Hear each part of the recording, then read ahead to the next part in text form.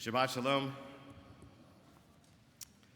A famous question asked by our ancestors is, why does the Torah begin in the beginning? Now, I know that sounds like a ridiculous question. As Rodgers and Hammerstein so famously put in their wonderful musical drama, The Sound of Music, let's start at the very beginning. It's a very good place to start. When you read, you begin with ABC, and when you sing, you begin with Do, Re, Mi. So where else would you begin the Torah except at the beginning? It's a very good place to start. But the question arose because some of our rabbis suggested that the Torah is supposed to be a book describing the Jewish way of life, Jewish laws and customs that we ought to follow. And these rabbis point out that the Hebrew word Torah is often used to mean law. So why not just cut to the chase and begin with the first commandment? Or, even if you want to think that the Torah is the story of our people, why not start with Abraham? Why start with the creation of the world? What does that have to do with our story as a people? Of course, the question is really rhetorical. The Torah is not simply a book of laws. Otherwise, it would leave out all the stories altogether. And it's not simply a book of stories about our people. Otherwise, it would start with Abraham. Although the word Torah is often used to mean law, it actually comes from the same Hebrew root as a word many of us are familiar with from Hebrew school, teacher, morah, Torah. It's from the same root. And the Torah is therefore a book of instruction, not a book of law. It's a guide to life. And it has very important lessons to teach us from these early stories that are found about the creation of the world and the creation of humanity. It teaches us how to look at the world as scientists and as religious and spiritual people, not just to understand how the world works, but to marvel at its genius, to appreciate its splendor and its awesomeness.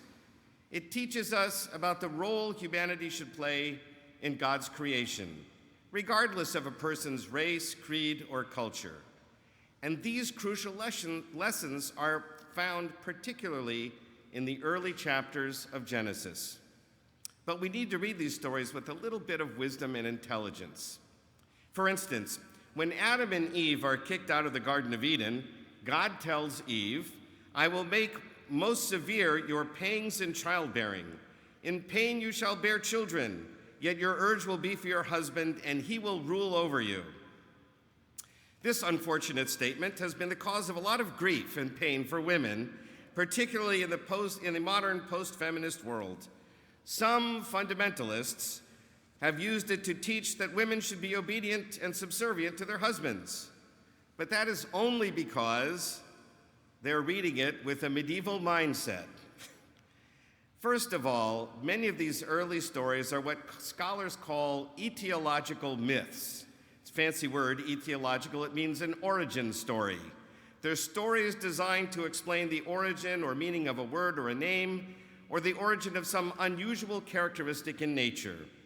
So when God tells the snake, for instance, that it will forever crawl on its belly, that statement is supposed to explain why snakes move in such a weird manner. They wiggle around on the ground the way they do. Why don't they just walk on feet like everybody else?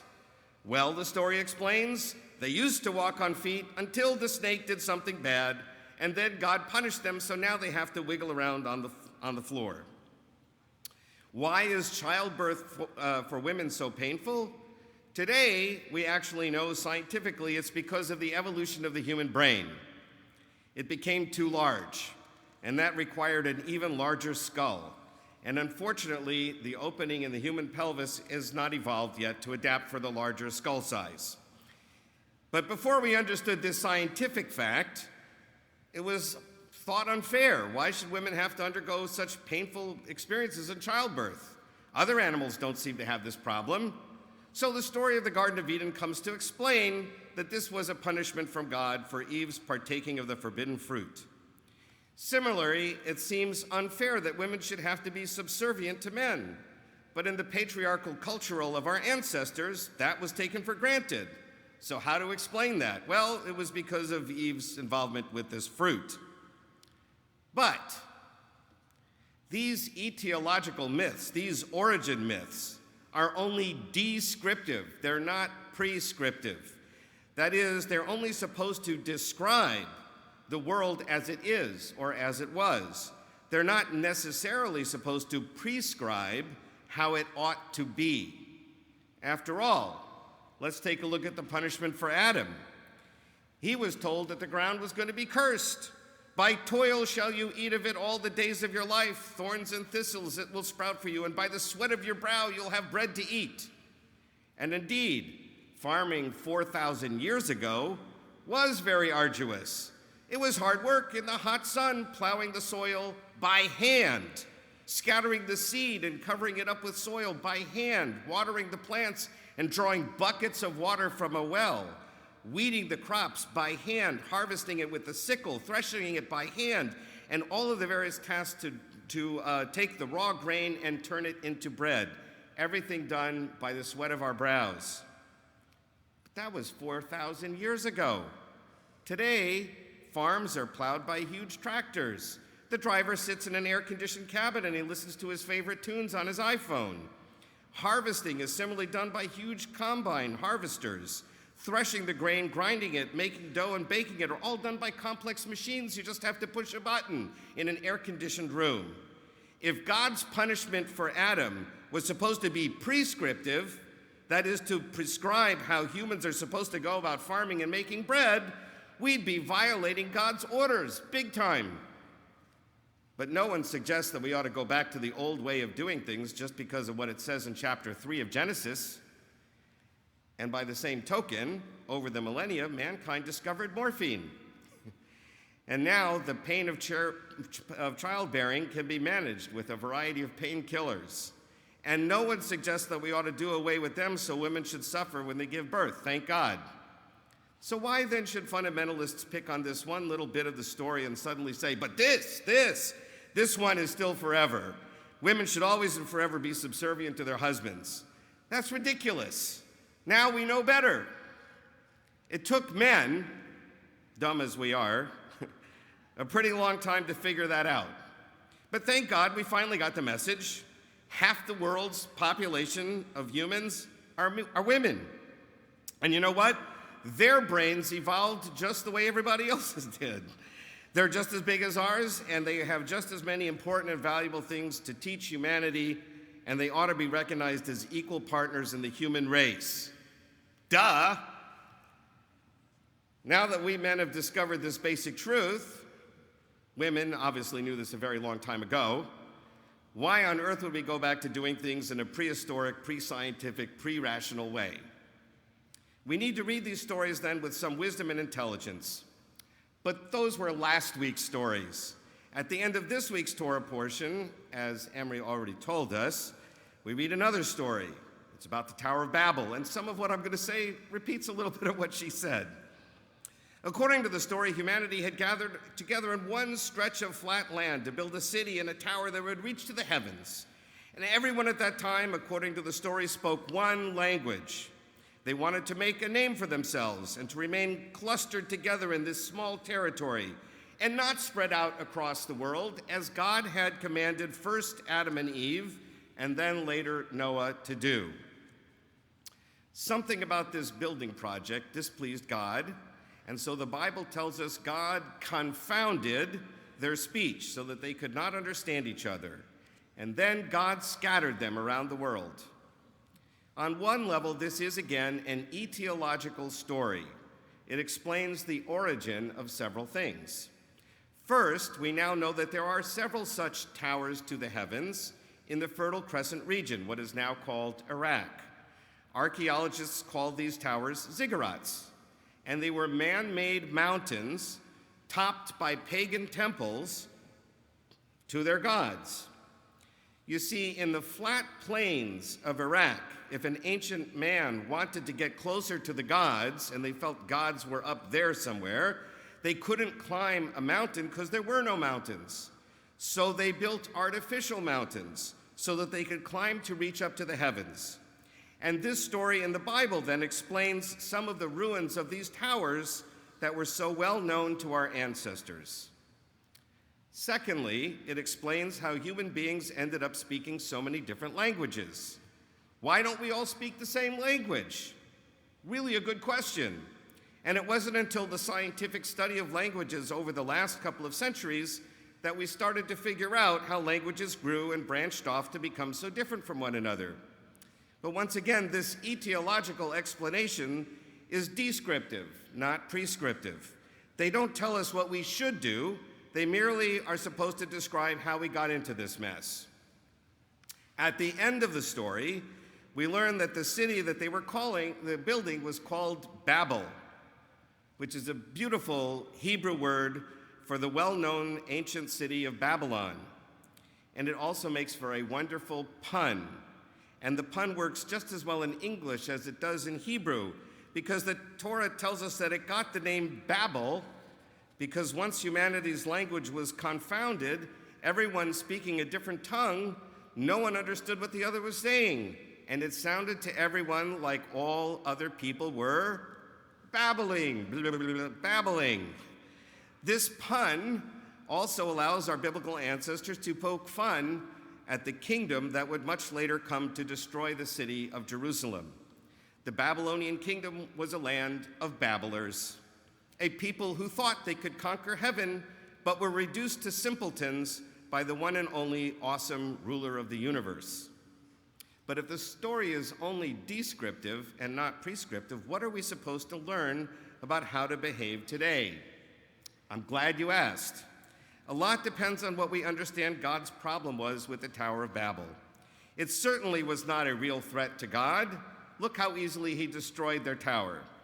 Perhaps it was the silly idea that people had to get closer to God by climbing up a mountain to get up there. So think about this. God spoke directly to Adam and Eve. God spoke to Cain, and apparently also to his brother Abel. God spoke to Noah. Now in this story, it does not seem that anybody speaks to God or even tries to understand God. The tower, according to this view, was a misdirected use of human ingenuity. There's nothing wrong with skyscrapers per se, but don't think that because we know how to build them, we're going to get closer to God. We can find God just as easily at the Dead Sea, the lowest point on earth. Or we can come close to God right here in the sanctuary, or even in your own home. But the best answer, I think, as to why God was upset with the Tower of Babel comes directly from the words of Genesis. As I said, God commanded Adam and Eve, and later Noah, to increase and multiply and fill the earth. And the tower building project was designed to keep people all huddled together in one place. And apparently that was not God's plan. So he confounded our language and scattered us around the earth. Now, why on earth would he want to do that? Well, the one benefit from having us speaking different languages and living in different parts of the world is, as our bat mitzvah said, that we can start to learn from each other. We've discovered different ways of looking at the world because we speak different languages and we live in different cultures. And now when we come in contact with each other, we can explore and rethink how we think about the world. And it helps us to sharpen our own thinking and to think better and more clearly about how what our role is in God's universe. With the development of a complex language, we're able to think about the world around us in more comprehensive and discerning ways. We're able to formulate more complicated ideas, and we're able to communicate these ideas to another human being. And we can express our insights and observations, our experiences and our wisdom to others, not only in the world that we live in, but we can now write them down for future generations. But by developing different languages and different cultures, two things happened. First, it made very difficult to communicate with people of another culture. And second, it allowed each culture to create new and different ways of looking at the world. And that has enabled us to learn from each other. Oddly enough, though, in our 21st century, with all our amazing technology for communication, with iPhones, televisions, the internet, movies, language translators, and more, we're perhaps more confounded in our ability to actually communicate with each other than ever before. How often do we find ourselves sitting at our computers or playing video games or watching TV when someone we love comes and tries to talk to us, and we pretend to hear them, but we don't even bother to turn to face them and actually listen to what they're trying to tell us? How often do we engage in what is supposed to be a conversation, but we're too busy thinking about how we're going to respond and retort rather than really trying to understand the other person's perspective? Humanity has this exquisite gift of languages that no other creature has, and we so often abuse it. We so often make very poor use of it. So here are 3 short, simple things we can do in our communications with each other. First, when talking to another person, speak clearly. Try to put your ideas into words that can be easily understood. Don't be rude. Don't try to humiliate the other person or embarrass them. If you do, you will fail to communicate the message you're trying to convey. Rather, try to express your ideas or suggestions in a way that the other person will be most likely to understand and accept. Second, listen intently when someone is talking to you. Don't use your iPhone or computer or continue watching television. Look the other person in the eyes and focus on what they're saying. Try to put off formulating your response until you truly understand what they're saying. Better yet, repeat back to them what you just heard to confirm you heard the message correctly. And third, have some humility. Realize that no human being knows everything about everything. That's God's privilege, and God's alone. Therefore, the person speaking with you quite likely has at least some element of truth to what they're saying, or at least a different perspective that's worth hearing and considering. You don't have to agree, but you should at least be respectful.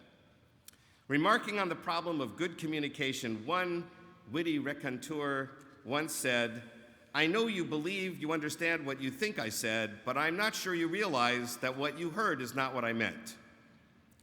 George Bernard Shaw put it more simply. The single biggest problem in communication is the illusion that it has taken place. The Tower of Babel story, like so many others in the early chapters of Genesis, only comes to try and explain a certain condition in the world. It does not tell us that we need to perpetuate that situation forever, especially if it's not helpful and even destructive. So let's work together to stop the babbling that is all too prevalent in our world today, the incessant failure to communicate with each other. Just as we have developed painkillers for childbirth, we must learn to use our God-given gift of language much more effectively. Shabbat Shalom.